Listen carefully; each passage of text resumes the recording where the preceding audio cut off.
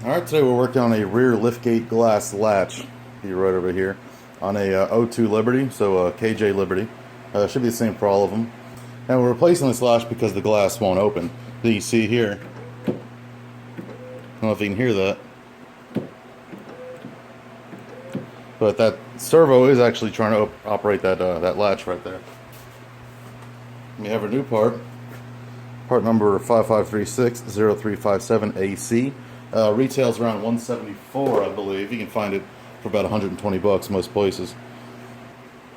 So this is what she looks like. You can see this right here is the power to this servo motor right here, and this one I believe is just this little 2-pin guy is just a position switch for if the latch is locked or not. It locks and unlocks. In this case, the servo is operating this little arm on this one, just not far enough. And we'll see that here in a second. So overall, what you need to do for this job is pull off that interior panel and then a couple of bolts and a couple of wire connectors, and that's it. It's actually pretty easy. So to open the glass when your latch doesn't work, nice thing is they designed it so that you can just start pulling and it'll actually slip that that hasp. Yeah, it'll actually slip that hasp right out of the latch. Alright, now to get started on removing this interior trim panel, it's just got a bunch of trim panel clips. These are actually kind of tough ones too. The easiest way, of course, your trim panel removal tool. Preferably plastic so you don't scratch anything. Just kind of pry it back a little bit and look for where they are. You should use a pocket screwdriver also. Get behind in there and pop it out. And find your next one. In this case, right down here. That actually popped out of the panel itself.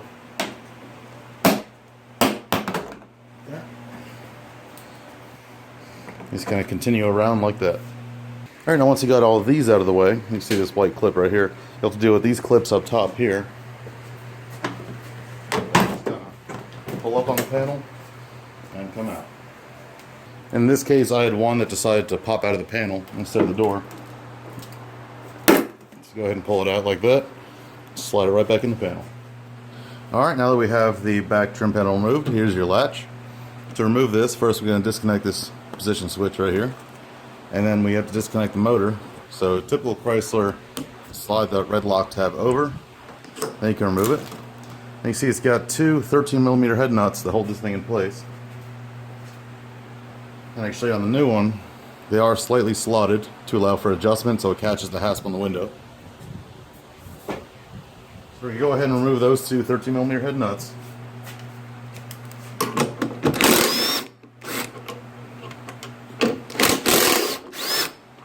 And just like that, your old latch pulls right off. Immediately, one thing I noticed I can tell you is that this one weighs a lot less than the new one. The new one just feels just a lot heavier.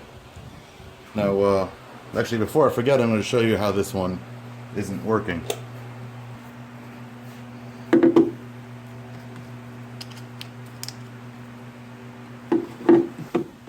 Okay, so you can see as the window latches in, or so you can see if you watch this lever right here, when you latch the window, that lever pops up. Now this motor right here is supposed to push that down, which unlatches the window. So we leave that like that and operate it, and you can see it really does not want to push that at all. Yeah, you can push it by hand just fine. So I'll call that a failure of the motor in there. Let's go ahead and hook this guy up. So we latch it just like that. That's how it's supposed to sound. Just unlock it just like that. So we've already got this side on and the red tab latched. Don't forget resistance switch right there. Then we're going to throw the nuts back on.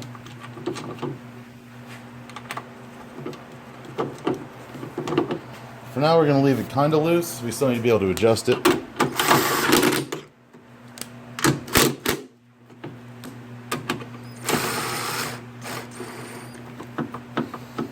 So you can see it's really only this one that's slotted. Allows you for adjustment like that.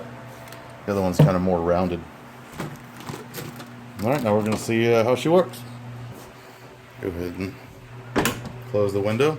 Look at that, pops right open, no problem.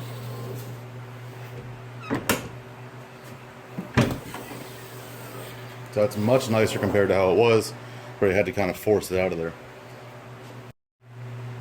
Alright, so now we've gone and verified our repair. It opens. We need to go ahead and throw that interior panel back on. So we'll start off with the hump up top. Now before you go putting this on there, first thing you want to note is these alignment marks, alignment pegs right here. They fit into slots right here, and same on the other side. If you don't get those lined up, you're never going to get this damn panel on. I can tell you that much right now. So that one's lined up, and we'll get upper clips into place. That one's lined up, upper clips. And once you go ahead and put all your pins in place, just go ahead and, kind of beat the panel back into place. So one thing you do have to watch while you are putting this panel back on is you got to make sure the pins are going nice and straight into the hole they're supposed to go into. If they get, kind of cockeyed, they won't slip into place, and then you'll have these giant gaps along the outside of the panel. And if you try to force it into place, you'll snap them right off. So just if you see an area where the panel's sticking out a little bit, just kind of feel in there, take a look in there, make sure that pin is seated properly. Alright, and that's how you replace the tailgate glass latch on your KJ Liberty.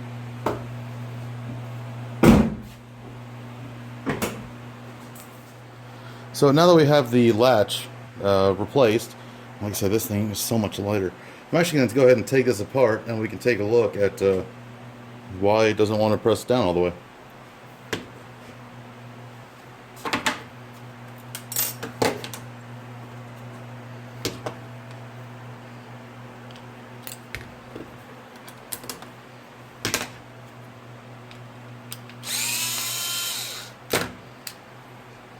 And yep, sure enough, all that is a little micro switch. Just tell you if it's latched or not. So pull the servo off. And get something to pry it apart with. And that just pulls out. There we go. Just kind of that cover up a little bit.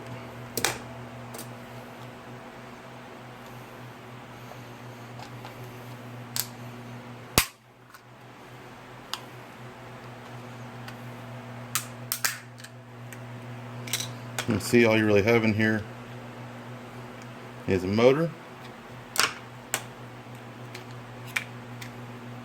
and a standard little brushed motor. Then you've got this guy, which actually actuates that lever off this worm gear right here. And then this kind of spring assembly here just kind of forces it to come back. And really that's it. And that's all that's in there. So if I had to guess, I'd say that this motor just over the years finally decided to call it quits. I mean, you can see kind of powdery.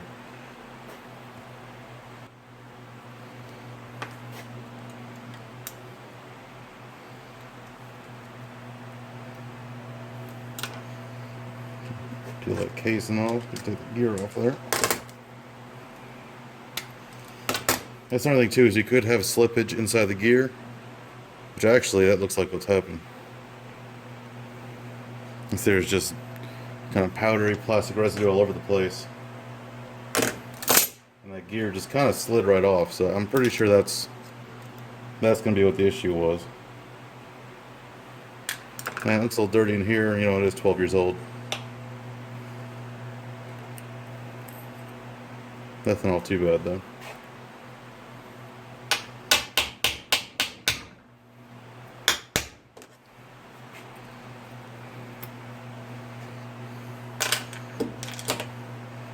Yeah, I mean, if you look at it, yeah, it's dirty.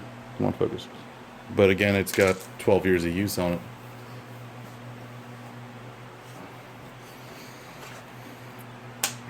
So I'm going to have to say, anyway, and you can see all the stuff that just came out the top of that gear when I just pushed it all the way in there. Or, oh no, there we go. I doubt you'd be able to see this. You ain't gonna be able to see shit. I may take a picture of it to put in the video. But basically, there is a giant crack running straight through this gear. There's no way you're gonna be able to see that. There's a long crack running straight through the gear. So my guess is it would roll it out. It would roll that lever out to a certain point where it contacted this latch assembly right here, and then the gear would just spin on the shaft, and that's where all that white powdery stuff came from, is from this gear slowly eroding away on the inside. That about sums up our disassembly, or autopsy of the old latch. I would love to open up the new one and see why it's so much heavier. Probably metal gears, if I had to guess. This is a pretty common part.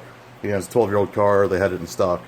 They always have one in stock. So I should tell you something. But yeah, that is liftgate glass latch replacement and disassembly and diagnosis all in one video.